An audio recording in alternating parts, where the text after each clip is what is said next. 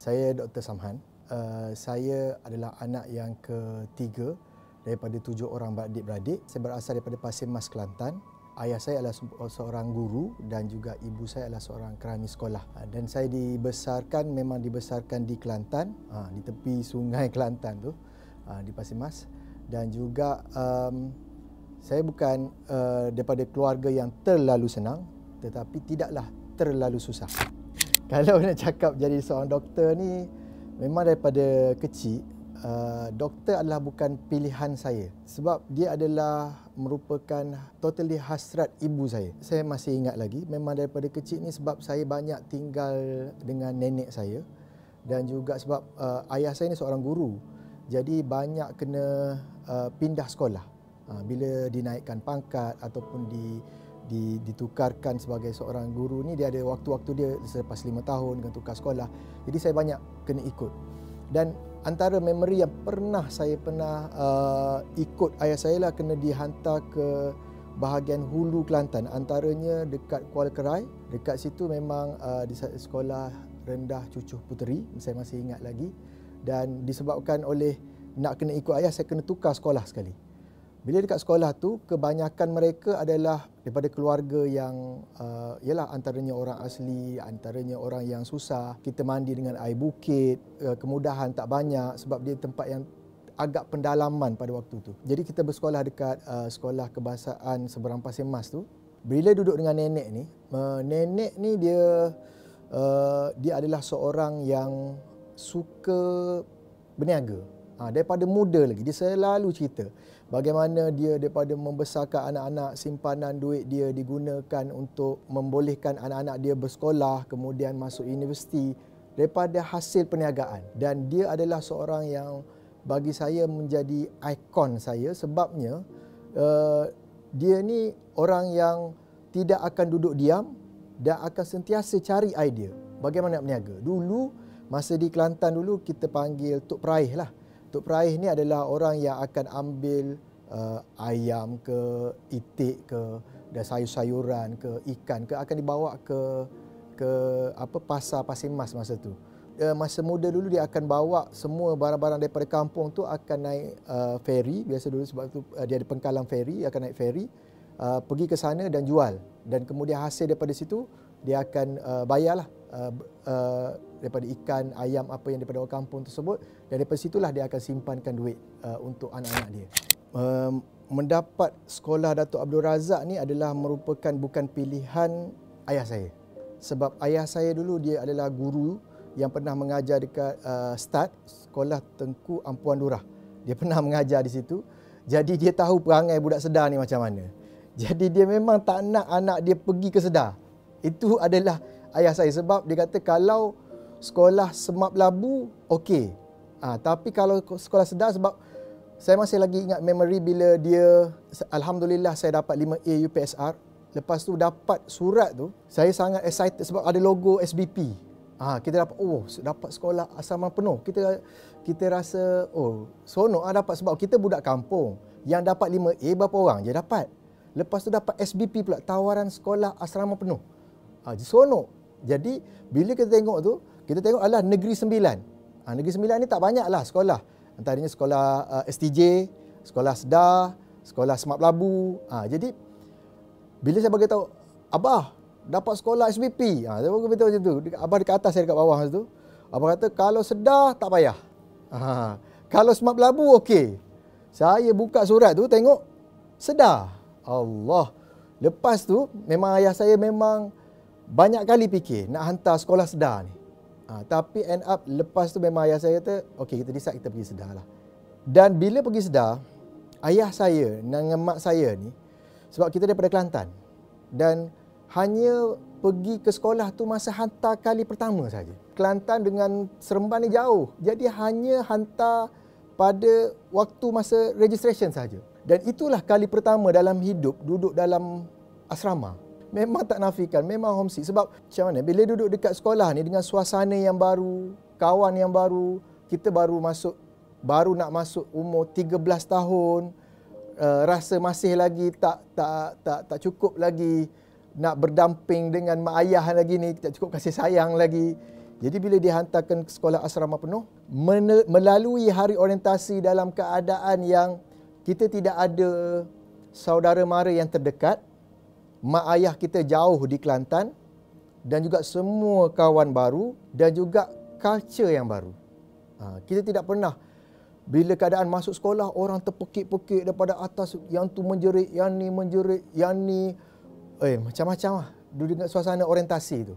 Tetapi bila saya melihat perspektif ni, dia adalah untuk membentuk, itulah culture. Budak sekolah asrama penuh, itulah culture sedar untuk membiasakan bahawa turun-temurun dia begitu. Kalau tengok perkara buruk, memang kita nampak yang buruk. Tapi kalau kita tengok dari segi perkara yang baik, banyak jumpa. Kita mesti jadi seorang yang disiplin. Kita mesti menjadi seorang yang mesti jaga masa. Kita mesti jadi seorang yang komitmen. Sebab apa? Dari segi disiplin, kita kena pastikan semua orang, tidak ada orang yang tak in. Mesti kena pakai baju in. Prep ke apa ke, pakai baju t-shirt, berkollar, mesti in. Kasut mesti kilat. Katil mesti betul-betul tegang. String betul. Itu adalah disiplin. Sebab itu perlu diajar. Mungkin di rumah tidak diajar, tapi di asrama kita dari segi timing, kita kena pandai bila waktu kita nak kena basuh baju, bila waktu kita nak kena makan, bila waktu nak kena solat, itu disusun. Dan kita sangat jaga tentang masa, disiplin masa. Kalau tak, nanti of course senior akan marah kalau kau lembab ke, buat banyak salah ke. Itu adalah untuk buat adjustment supaya kita jadi orang yang lebih disiplin, orang yang lebih komitmen. Itu adalah merupakan the culture yang dia orang nak set upkan. Dan of course saya tak nafikan juga di Sedar ni, sebab bila ada satu nama yang besar, maksudnya antara sekolah-sekolah premier, sekolah yang lama, dan juga ramai-ramai figure-figure hebat yang dilahirkan daripada sekolah Sedar ni, of course cikgu dia bukan biasa-biasalah. Ditempatkan adalah cikgu-cikgu yang banyak pengalaman, cikgu-cikgu yang dah ada satu profil yang bagus, yang untuk didik, yang sanggup beri komitmen lebih, yang boleh tunjuk ajar dan juga lahirkan generasi-generasi daripada Sedar ni bagus-bagus. Dan dinafikan, cikgu-cikgu memang banyak pengalaman dan juga komitmen mereka sangat luar biasa untuk mendidik anak-anak murid ni. Bully ni ada satu memory yang kalau boleh kita tidak mahu untuk recall. Kita forgive but never forget. Benda ni dia melekat, menjadi parut di dalam memory, sebab kita tidak mahu untuk bully ini ada di mana-mana sekolah pun. Even nak kata banyak sangat side yang negatif compare dengan positif. Kalau masih lagi diturun-temurunkan, sebab dia akan ada satu kitaran. Maksudnya kalaulah kau kena bully teruk, nanti kau jadi senior, kau bully balik junior kau. Jadi kitaran akan berterusan lah.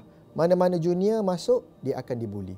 Lepas tu dia jadi senior, lepas tu dia tahun 2, form 3, form 4. Dah jadi dah ada sayap semua, dia start bully pula tahun 2. Dia dah, sebab dia nak rasa ego dia, rasa di senior, nak tunjukkan dia ada kuasa, nak tunjukkan dia dah level form 4, form 5. Jadi form 1, form 2 kena ikut cakap aku. Dulu masa form 1 memang saya dekat satu dorm, dipanggil dorm D1. Kita dekat Laksmana ataupun dekat Blok D, dekat D1.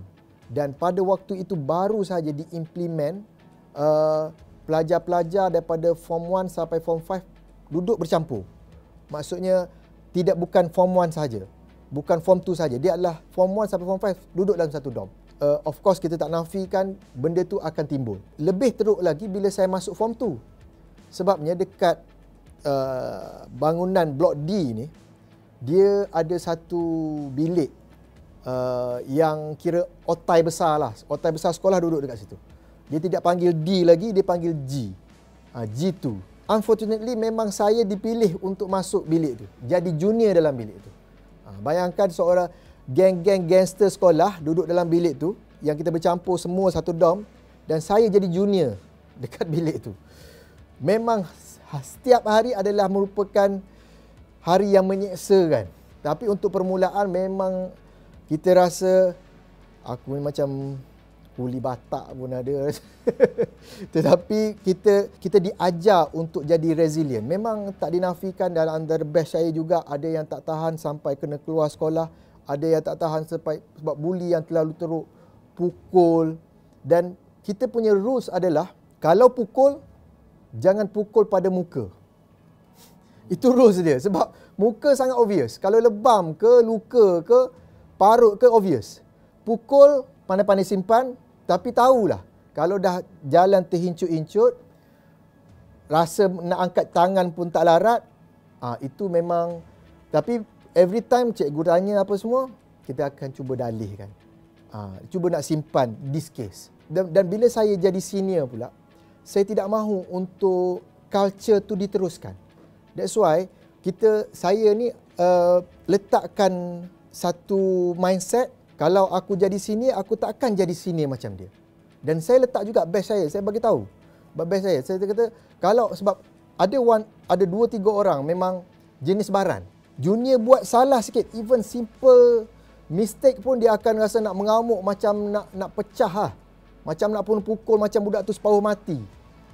Tapi saya akan bagi tahu dia, kita pecahkan culture ni. Kita pecahkan supaya culture bully ni tidak ada dekat Sedar.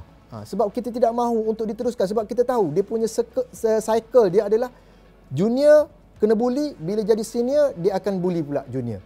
Kita tidak mahu cycle tu diteruskan. That's why kita nak untuk supaya kes bully ni di stop. Dan guru-guru pun kena sentiasa kena pantau, kena tengok sekarang ni dekat, kita tahu kan, sekarang macam MARA dah panggil askar pencen untuk masuk supaya tidak ada kes bully ni. Dan dia adalah merupakan perkara yang bagus. Dan kita tidak mahu sebab dia adalah menjadikan satu trauma. Dia, kalau dalam medical dipanggil PTSD, Post Traumatic Syndrome Disorder. Nampak macam orang tu biasa, tapi dia boleh menyebabkan sampai depression. Dia akan menyebabkan seorang tu jadi anxiety.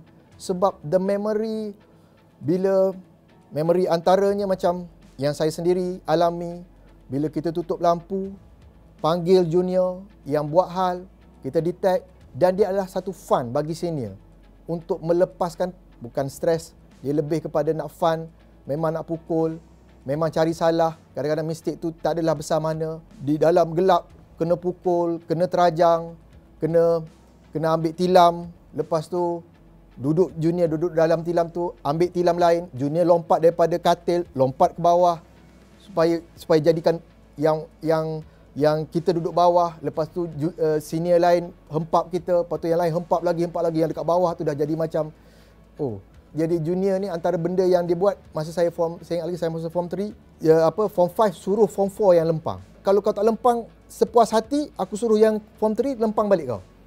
Jadi form 4 tu memang sepuas hati, memang lempang tu sampai kita boleh lempang tu terduduk. Dan most of them adalah pemain rugby, badan besar, tangan kuat. Kalau kena pula player-player negeri yang memang main bola baling dia orang baling bola tu, keeper tu tak nampak bola sebab kekuatan tangan bola tu. Tapi bayangkan tangan yang sama hinggap di muka. Memang terduduk kita. Yang basic things memang kita kena make sure makanan kena ready sebelum dia orang pergi sekolah. Memang ready makanan, kita kena fikirlah macam mana to make sure that makanan daripada dining hall akan bawa ke bilik.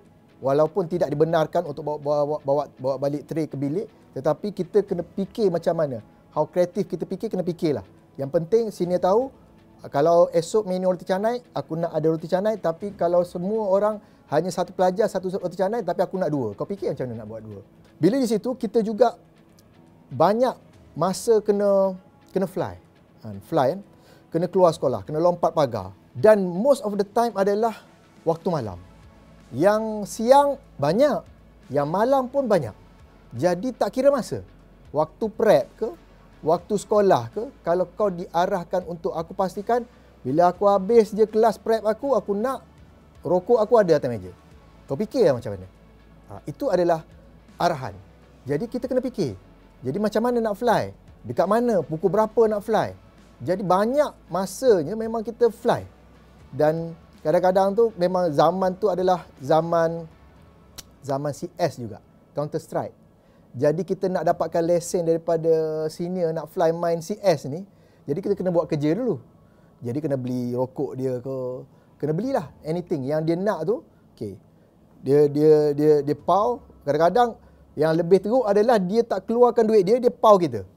Kau beli rokok, tapi kalau rokok sekotak tak apa lagi, ni sekaten. Oh, ni tak tahan juga duit kita ni. Tapi sebab nak beli lesen tu, nak pergi main CS, kita pun nak fun juga. Lepas tu kita ada geng-geng fly kita juga. Jadi banyak masa tu kita memang berada di luar sekolah berbanding di dalam sekolah. Saya rasalah, saya sendirilah. Jadi mengakibatkan memang PMR saya teruk. Sehingga kan saya ni antara 10 orang yang mempunyai result yang teruk ni, yang pada waktu itu batch saya ni antara top in Malaysia result PMR. Disebabkan kami menyebabkan tak dapat top 1, oh memang kita dipersalahkan. Memang jadi macam dah 6 jahanam yang memang dilabel oleh cikgu. Sebab kau lah PMR sekolah kita tak naik nama. From that, barulah saya realise, saya aware, masuk sekolah di Sungai Gadut, kita ubah angin. Di Sungai Gadut, kita pindah, memang sekolah pindah. Pada waktu itu dah hadirnya seorang individu yang pada waktu itu daripada dia masuk sekejap dekat Sikamat, lepas tu dia masuk dekat Sungai Gadut, iaitu Datuk Rauhi. Masa tu belum Datuk lagi, tapi dia dah arwah sekarang. Al-Fatihah juga buat dia. Dia adalah seorang insan yang telah totally ubah hidup saya. Dia seorang guru yang bagi saya dia adalah walk the talk. Seorang pemimpin, bukan hanya pada seorang guru. Masih boleh membayangkan bagaimana speech dia bila di dalam assembly, bila bercakap. Sekolah-sekolah lain semua cakap sedar tak boleh naik. Sekolah-sekolah lain kata sedar tak boleh dapat semua A dalam SPM. Tapi apa yang saya kata? Saya kata sedar semua boleh A. Itu adalah merupakan speech-speech yang setiap pagi. Dan perkara ini yang sama juga saya buat juga kepada tim saya juga. Sebab saya mempunyai inspirasi bagaimana seorang leader. Dia adalah orang yang paling awal berada di surau pada waktu subuh. Dia adalah orang paling awal masuk office berbanding dengan cikgu-cikgu lain. Dia adalah orang yang paling lewat balik daripada sekolah. Dan dia adalah menunjukkan, oh, inilah pemimpin yang ataupun guru yang memberikan contoh yang baik. Dan dia ni, sebabkan kami adalah lebih kurang 10 orang ni mempunyai masalah result SPM dulu. Jadi almost setiap minggu dia akan buat perjumpaan. Dia akan jumpa kami dan tanya. Dan saya masih ingat lagi antara dialog. Dia tanya, okey, kamu ni saya bagi 2 pilihan. Sama ada saya panggil mak ayah datang sekolah, dan juga saya nasihatkan untuk bawa you keluar daripada sekolah ni. Sebab you adalah culprit kepada sekolah ni. Yang kedua, you belajar betul-betul, belajar gila-gila. Saya nak pastikan you all mesti dapat semua A dalam SPM. 2 pilihan. Dengan kehadiran guru-guru yang seperti ini, dia telah banyak mengubah menjadi inspirasi bagi saya sendiri personally, dan mengubah sedar pada waktu itu. Dan kebanyakannya sedar dapat achievement macam-macam pada zaman pemerintahan dia lah. Jadi sedar totally different daripada Sikamat, ubah angin ke Sungai Gadut, dan banyak kita achieve, banyak kita menang, banyak kita julang piala. Saya ni memang banyak main sukan. Kita sebab memang budak-budak tak berapa nak belajar sangat ni, memang minat main sukan. Saya main rugby, saya main bola, saya main handball, saya main tenis. Apa sukan memang kita memang budak sukan. Satu persatu ni Cikgu Rauhi ni dia sendiri kadang-kadang turun padang, tengok pelajar training, bagi semangat pelajar. Dia akan turun juga kalau kita main peringkat mana, dia akan turun juga. Dia akan usaha turun juga. Itulah credibility, itulah karakter Cikgu Rauhi ni. Dan dia, itu yang kita respect dan kita tengok. Kita kadang-kadang ada satu memory yang kadang-kadang boleh ke? Kita macam ada satu doubt, keraguan. Betul ke boleh menang? Kadang-kadang sebab kita lawan, kadang-kadang kita lawan sekolah-sekolah yang memang power, datang sekolah datang masuk padang rugby pun badan pun ketak-ketak dah masa zaman tu. Dan kita tengok yang lain ialah dengan sponsor, boot sponsor, token sponsor, kita ala kadar je, mana ada je. Tak ada banyak sponsor sangat. Tetapi bila dia memberi semangat secara internally, you boleh, you mesti kena menang. You ada potensi. Dia memberi, kita tak percaya, kita doubt, tapi kepercayaan yang diberi pada dia menyebabkan kita percaya kita boleh menang. Dan betul-betul kita percaya kita boleh menang. Itulah Cikgu Rawi. Dia boleh tukar mindset daripada kita doubt, ragu-ragu, kita yakin kita boleh menang. Tak tahu cara macam mana, tetapi kita buat dulu. Kita training, kita buat sungguh-sungguh dan kita capai kejayaan tu. Dan bila sama juga, bila saya memang dalam pelajaran, memang masa waktu itulah saya totally 360, saya tukar. Saya tahu saya punya enjin, otak saya enjin kancil. Orang lain mungkin baca sikit, terus hafal, terus ingat. Tapi saya, orang lain mungkin enjin Ferrari. Disebabkan oleh saya tahu saya ni sedar, saya ni enjin kancil, saya kena spend banyak masa. Saya kena belajar. Saya banyak kena buat latihan, ulang kaji. Dan saya spend a lot masa untuk belajar maths, bio dan kimia dan semuanya. Adalah untuk apa? Untuk buktikan, sebab dia dah letakkan kepercayaan. Saya yakin 10 orang yang depan mata saya ni pasti akan dapat A. Pasti akan dapat full A. Itu dia buatkan kita ubah mindset kita. Aku daripada yang underdog, pelajar-pelajar yang tak dipandang oleh guru-guru, bukan pilihan guru, tetapi diberi kepercayaan. Walaupun kita sepatutnya kalau, baiklah dia fokus kepada pelajar-pelajar yang memang dah cemerlang ataupun pelajar-pelajar yang memang perform. Tapi tidak, dia tidak tinggalkan kepada pelajar-pelajar yang tak perform ni. Dia akan still bagi semangat.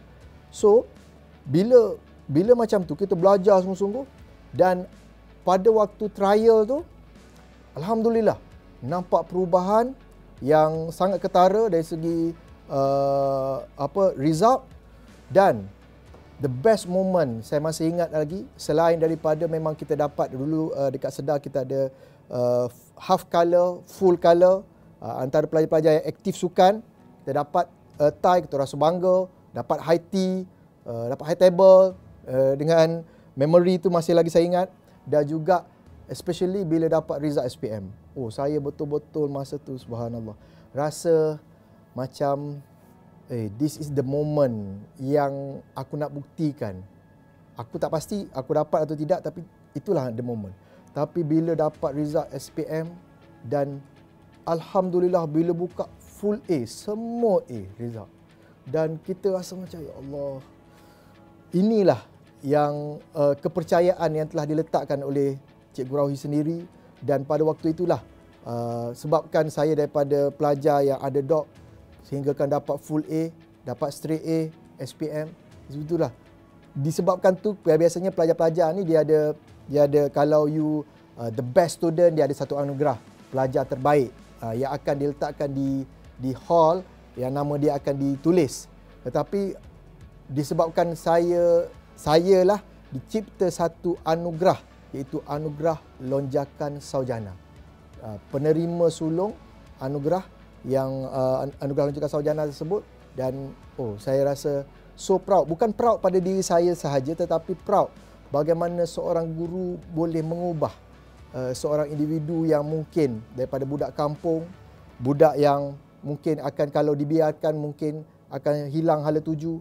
Mungkin kalau dibiarkan mungkin boleh jadi seorang gangster ataupun seorang pembuli, ataupun akan keluar daripada Sedar, akan sekolah dekat kampung. Mungkin kalau tidak dihantar, Allah tidak hantarkan seorang guru yang ubah hidup, sehinggalah saya hari ini mengubah jadi seorang, alhamdulillah, jadi seorang Dr. Samhan lah. Jadi orang lah.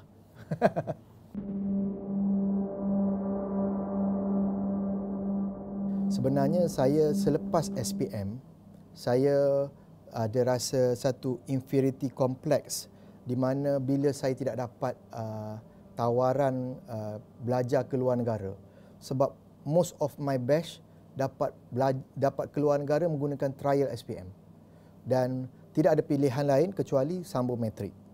Jadi saya terima situasi tersebut, terima offer tersebut, di mana KMPP Pongsu 1000 Penang, matrik Penang, sambung di sana. Dan memang saya all out, sebabnya masa dekat matrik tu juga masih lagi dapat tawaran. Pelajar-pelajar Sedar ni masih lagi dapat tawaran pergi fly. Dapat result masa satu batch menggunakan trial SPM, satu batch lagi adalah yang guna result SPM, yang dapat fly, dapat sponsor daripada TMB, dapat sponsor yang besar-besar. Jadi kita ni rasa macam inferiority yang rasa macam tu lah. Jadi berada dekat sana, jadi menyebabkan saya sangat-sangat lagi gila study. Saya belajar lagi gila sehinggalah memang saya dapat 4 flat dekat Penang, dekat matrik tu. 2 SEM, dapat 4 flat. Mak saya memang bagi tahu nak ada seorang anak yang menjadi seorang doktor. Itu adalah hasrat mak saya.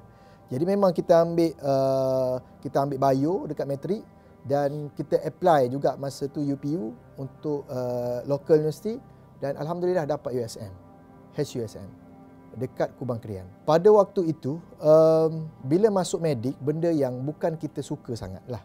Maksudnya belajar dan juga ambil medik, dia adalah benda yang agak berat bagi saya sendiri. Sebab saya pada awal, kalau dekat majalah Sekolah Sedar tu dulu, bila di interview pelajar-pelajar dapat anugerah lonjakan sarjana ni, dia ditanya, apakah cita-cita? Cita-cita saya pada masa tu memang bukan doktor, bukan engineer, bukan arkitek. Memang saya tulis ahli perniagaan. Tetapi apa yang jadi adalah dari side mak saya ni memang hasrat ni jadi seorang doktor.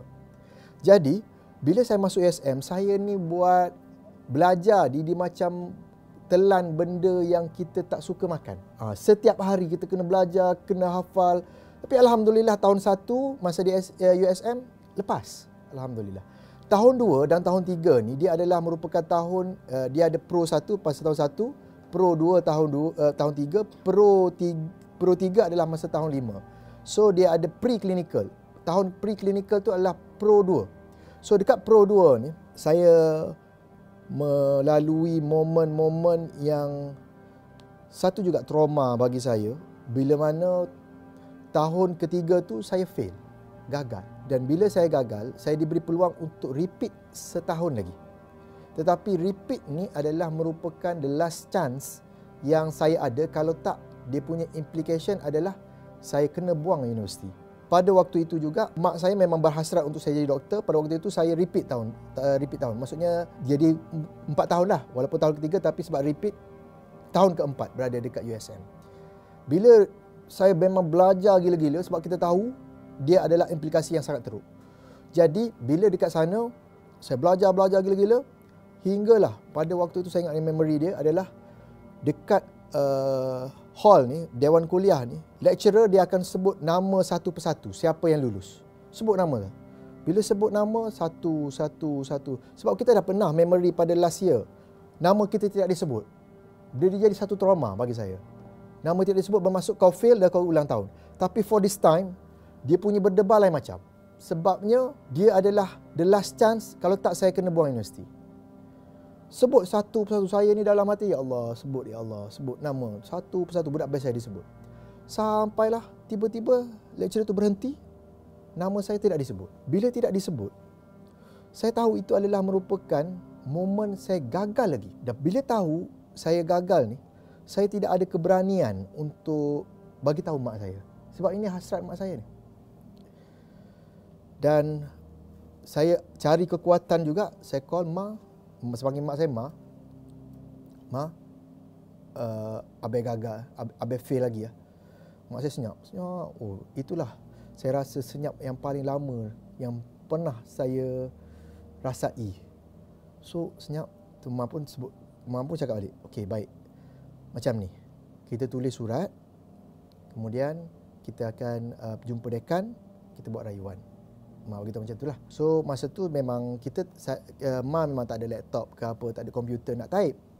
Jadi Mak kata macam ni, balik bilik, Mak call, Abai tulis surat. So buat loudspeaker, tulislah surat. So bila tulis surat tu, antara momen yang saya ingat adalah Mak sebut satu persatu. Mak bagi tahu antara ayat dia adalah Profesor Doktor, bahawa anak saya ni memang nak jadi seorang doktor dan saya sebagai seorang ibu akan mendoakan dia akan jadi seorang doktor. Itu hasrat saya.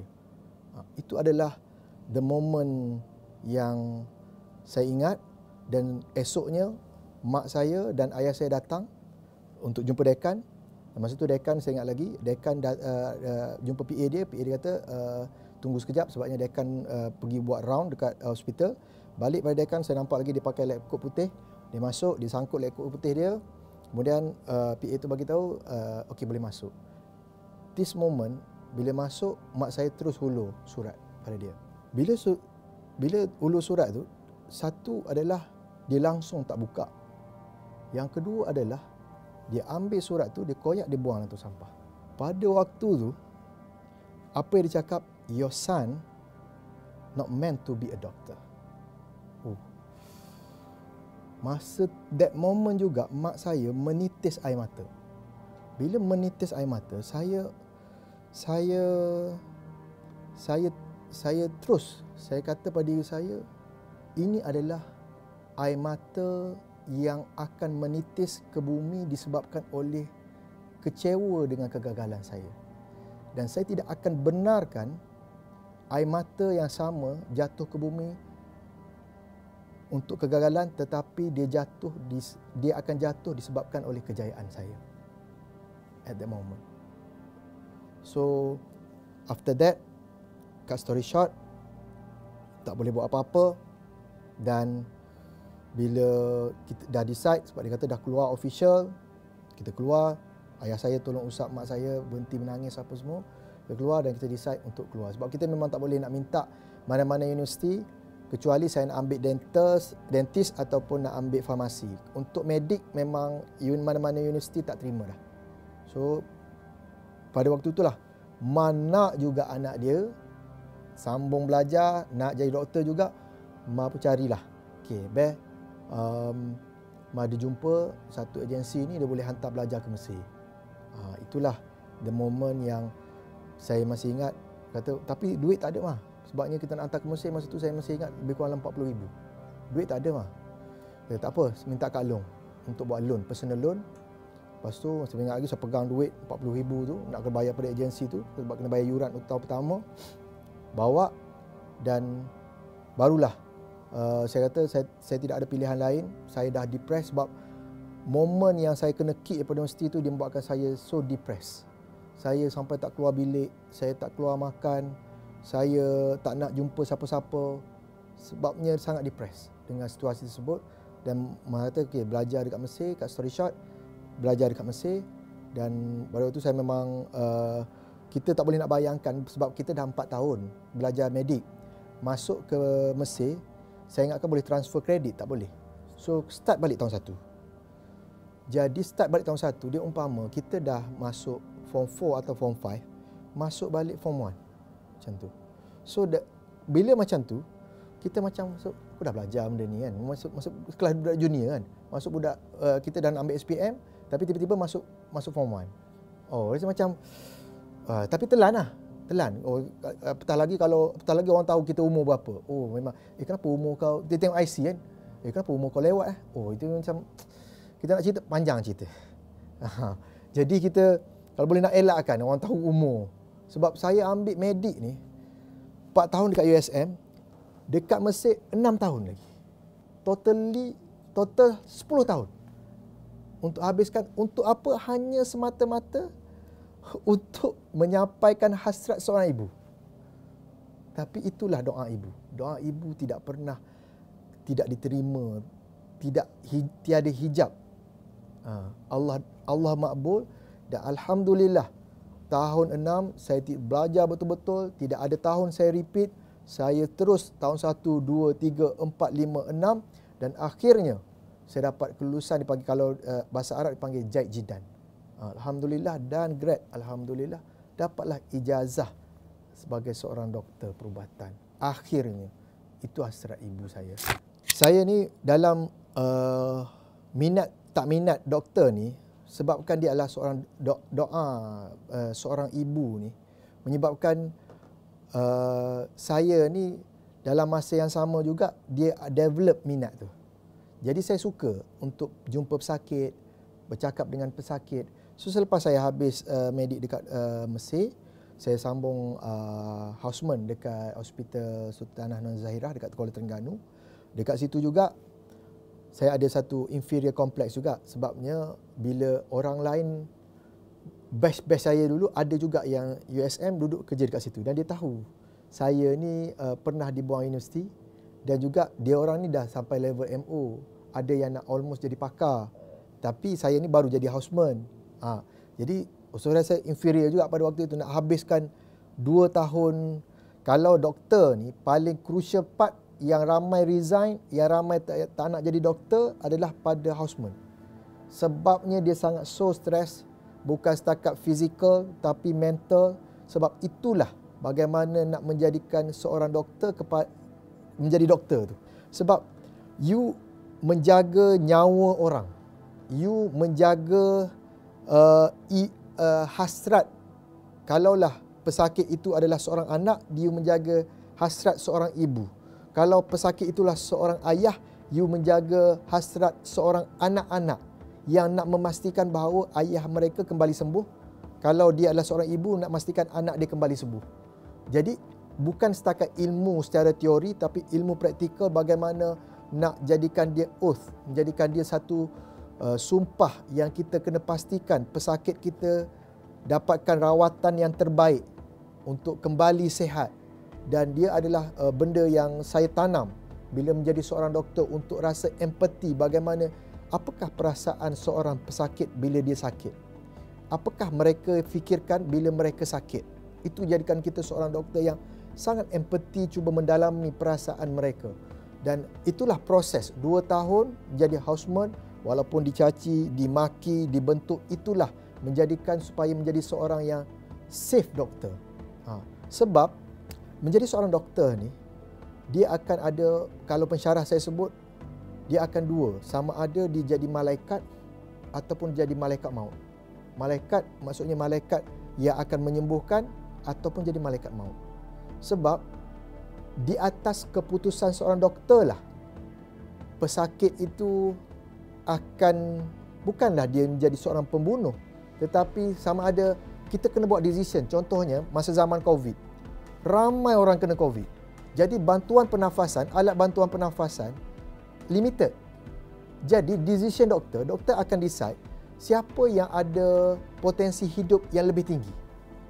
Jadi bagi mereka yang kurang potensi, kita terpaksa cabut. Bukan kita nak bunuh dia, tapi kita nak selamatkan orang lain yang ada potensi yang lebih tinggi. Tapi itulah keputusan doktor.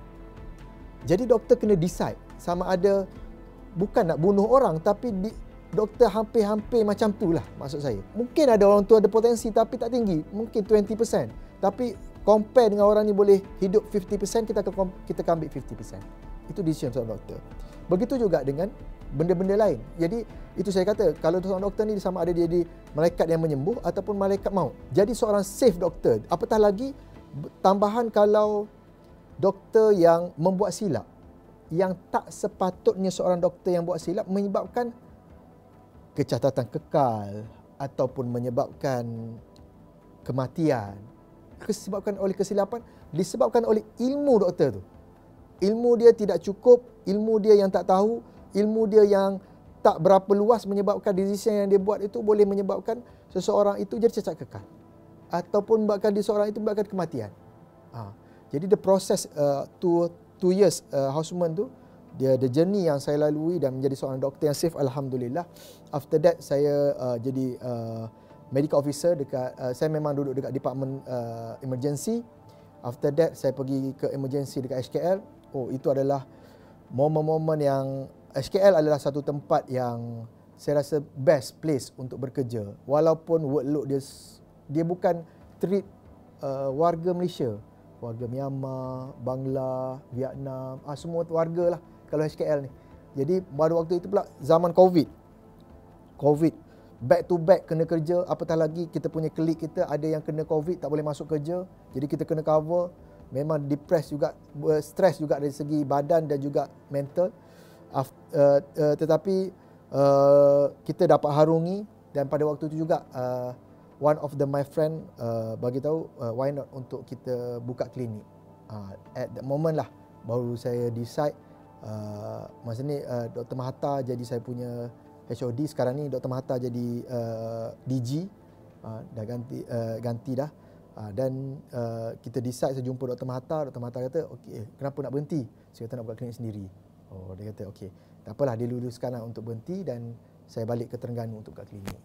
Bila kita sebut tentang pakar sakit puan, kita biasa dengar. Tapi jarang-jarang kita dengar berkenaan dengan pakar sakit tuan ataupun pakar sakit lelaki lah. Dan dia akan menjadikan adakah lelaki ini tidak mementingkan kesihatan ataupun tidak memerlukan seorang doktor yang memang pakar dalam kesihatan lelaki. Tetapi kita tahu bahawa ramai lelaki yang ada masalah ni. Jadi that's why bila saya belajar, sebab saya sambung belajar ke Singapura, after that saya ambil master dekat Sunderland UK dan sekarang saya tengah sambung PhD dekat Innovative College. Kita memahami masalah kesihatan lelaki ni dia adalah nampak macam tip of iceberg, tetapi dia sangat besar. The problem. Yang mana ramai lelaki kadang-kadang tidak tahu di manakah nak dituju, siapakah yang perlu dirujuk. Dan bila kita tengok statistik, rakyat Malaysia ada lebih kurang dalam 34 juta lebih kurang rakyat Malaysia. Dan juga lelaki lebih kurang ada 17.7 juta. Lelaki campur baby, lelaki dewasa. Dan lelaki dewasa yang umur 40 tahun ke atas lebih kurang 7.6 juta. Okey. Dan masalah kesihatan lelaki iaitu masalah erectile dysfunction ataupun mati pucuk ni, mengikut statistik KKM, 10 orang lelaki, 7 daripada mereka akan ada masalah ni. Bermaksud kalau kita duduk 10 orang lelaki, 40 tahun ke atas, 7 daripada mereka ada masalah ni. Sama ada mild, moderate atau severe. Bermaksud, mengikut population rakyat Malaysia, 5.32 juta lelaki yang ada masalah ni. Besar, ramai. Tetapi siapakah yang nak handle this problem? Jadi, saya kata, kenapa tidak saya? Allah berikan saya kesihatan, Allah berikan saya kecerdasan otak, Allah berikan saya medical degree, Allah berikan saya kefahaman. Kenapa tidak saya menjadi fardu kifayah kepada masyarakat kita untuk bantu lebih ramai lelaki yang ada masalah. Sebab most of the time, lelaki ini dia akan cari solusi pergi kepada produk online. Typical. Ataupun urut batin. Ataupun makan jamu. Itu adalah typical bagi seorang lelaki yang tetapi mereka tidak mereka tidak tahu apa punca dan tidak tahu apa solusi. Jadi saya kena bawa pada masyarakat perlu pentingnya untuk tahu apakah the root cause problem dia, barulah kita selesaikan solution. Kita tahu solution. That's the why saya nak untuk involve dalam men's health. Exactly. Antara cabaran itulah. Antara cabaran adalah benda ni tidak dibualkan. Benda ni adalah sex of education yang tidak diajar di mana-mana sekolah ataupun mana-mana universiti. Dan sehinggakan ada pasien saya ni datang jumpa saya, doktor, kita sepatutnya kena buat apa malam pertama, sampai tahap macam tu.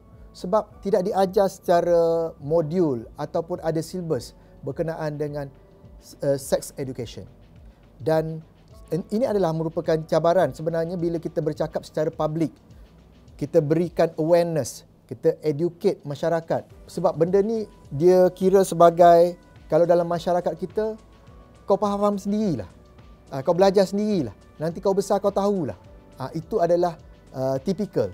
Tetapi bila saya di public, saya ceritakan, saya bagi awareness, saya educate dan mereka sikit-sikit faham kenapa saya nak kena buat. Tapi tak dinafikan bila benda yang dalam kelambu kita bualkan, benda yang orang akan label kita, oh ni doktor lucah ni. Itu biasa. Apatah lagi kalau perkataan-perkataan yang melibatkan alat kelamin, oh ni doktor ni, oh ni doktor ni, faham tak? Jadi dia adalah cabaran bagi saya. Tapi mereka, saya tidak marah ataupun rasa terkilan, tidak. Sebab saya tahu apa yang saya nak sampaikan. Saya tahu masyarakat yang sedang menderita. Saya tahu bahawa ramai yang perlukan pertolongan saya. Kalau tidak ada masalah, saya tak perlu bantu. Tapi masalahnya masyarakat kita ramai punya masalah ni. Dan saya adalah sediakan tempat untuk mereka cari solusi. apa masalah mereka, apa solusi yang mereka patut buat. Itu adalah merupakan cabaran lah. Dan of course staff saya pun ada juga cabaran bila kata, oh kerja dengan Dr. Samhan. Oh Dr. Samhan kan Dr. Lucah. Dia macam tu kan.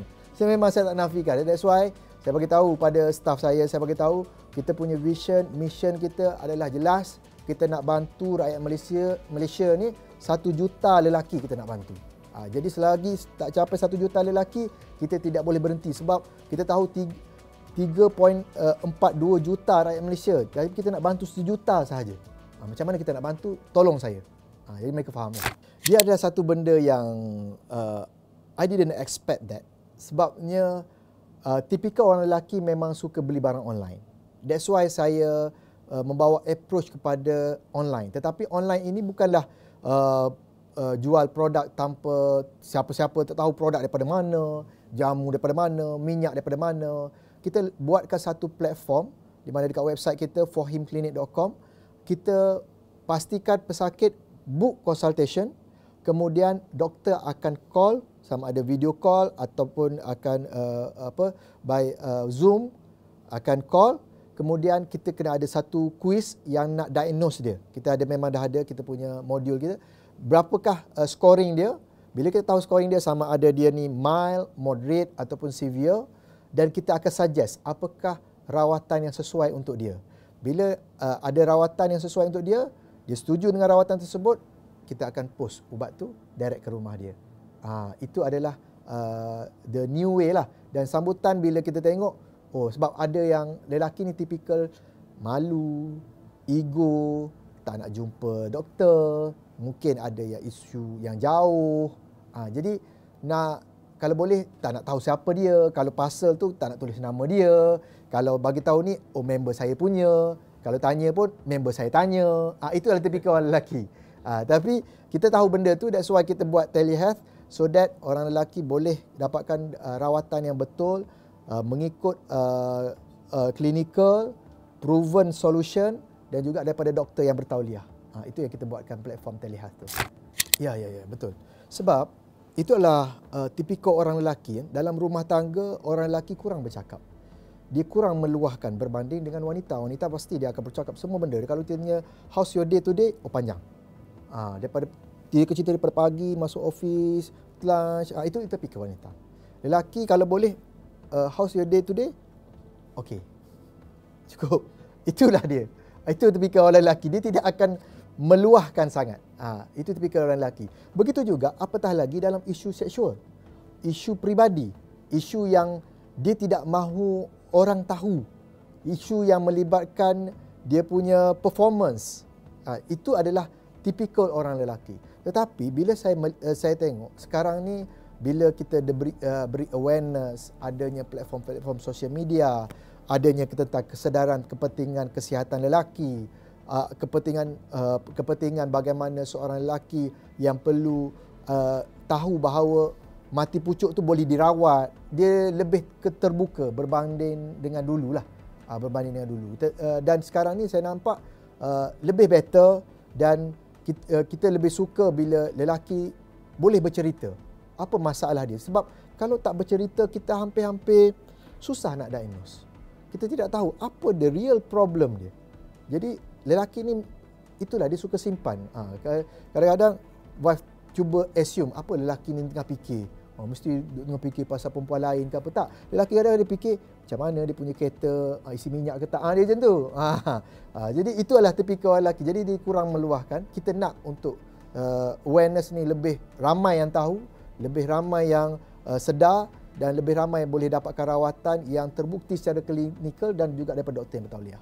Selain daripada consultation, kita berikan medication, kita ada juga introduce berkenaan dengan 2 rawatan, di mana rawatan di Him Wellness ni kita ada rawatan shockwave. Shockwave terapi ni adalah merupakan salah satu rawatan yang menggunakan teknologi di mana HIFM, dan dia akan membina salur darah baru. Secara mudah, secara layman, dia umpama seperti ambil kacang hijau, letakkan dalam bekas, ambil kapas, ambil span, kapas, kita letakkan air, dia akan tumbuh toge. Itu simple. And analogi yang saya boleh ceritakan. Begitulah juga shockwave. Bila kita wavekan, dia umpama seperti menumbuhkan salur darah baru dekat bahagian alat sulit tu. Dia tumbuhkan. Mungkin dulu masa muda ada 5,000. Tetapi disebabkan oleh usia, disebabkan oleh penyakit, disebabkan oleh masalah blood flow, banyak salur darah tersumbat ataupun sempit, menyebabkan sukar untuk dapatkan iraksi yang betul.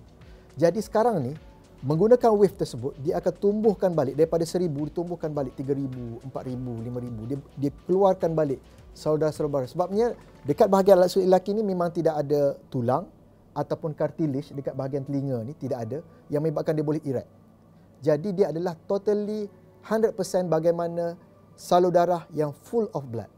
Dan dia tidak perlu untuk buat pembedahan, dia tidak sakit dan mengambil masa 5 minit saja setiap prosedur. So this process bila kita buat, banyak dapat feedback yang bagus. Ramai yang kata, doktor, selepas saya buat rawatan ni doktor, saya rasa lain doktor. Memang rasa lain doktor. Dan juga of course yang testimoni daripada wife yang berikan testimoni. Dan saya rasa lagilah saya rasa macam so excited bila tengok testimoni daripada pesakit-pesakit saya yang selama ni saya baru tahu doktor, rupa-rupanya ada solusi untuk masalah mati pucuk ni. Rupa-rupanya boleh naik balik. Itu adalah benda yang saya excited, saya approach benda tu. Dan juga the second thing adalah kita ada treatment dari segi Kegel. Sebab orang lelaki nak buat exercise, nak pergi gym, buat Kegel exercise, kadang-kadang dia orang tahu tapi nak buat tu tak, hampir-hampir susah lah, tak mungkin lah. That's why kita ada satu mesin yang kita beli, dia hanya duduk lebih kurang dalam 26 minit, 27 minit.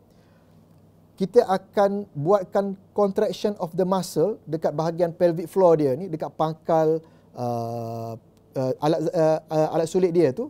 Kita akan contract supaya isu masalah game awal atau tewas awal dapat selesai. Itu dikuatkan masa. Itu adalah dua treatment yang kita buat dekat Him Wellness. Satu adalah Kegel, satu lagi shockwave. Bila kita gabung isu masalah game awal, isu masalah susah nak keras, susah nak erect, kita gabungkan, itulah beri testimoni-testimoni yang bagus dekat kita punya wellness kita. Kalau do and don'ts, pertama adalah dalam sosial media secara general, sebab saya suka berkenaan dengan isu kesihatan. Saya tidak akan campur adukkan dengan isu-isu lain. Dan saya tidak suka untuk sentuh terutamanya benda-benda yang berkait, yang jangan cross the border berkenaan dengan politik, jangan cross the border berkenaan dengan perkauman. Kita sangat jaga berkenaan dengan isu ni. Walaupun kita nak buat konten tu, kita kena tengok dulu. Konten yang kita nak hasilkan ni, please, ada benda yang memang jangan cross border. Itu dari segi secara general. Secara spesifik adalah saya untuk buat konten, saya tidak suka untuk mengeksploitasikan wanita. Itu tipikal bagi mereka yang jual ubat kuat, jual jamu kuat ataupun urut batin. Dia mesti mengeksploitasi wanita yang seksi, mesti wanita yang bercakap untuk attract lelaki. Tidak. Saya lebih suka untuk buat konten, benda yang educate, berikan ilmu, berikan kesedaran. Itu yang saya prefer. Saya tidak suka, mentang-mentang nak jual semua ubat kuat je, mesti kena wanita yang seksi, kena cerita pasal abang dia begini. Itu adalah tipikal. Tak, kita mesti by research, by clinical, mesti by testimoni pelanggan, dan juga kita ceritakan tentang apakah basic thing yang mereka faham. Itu konten-konten biasa saya akan educate.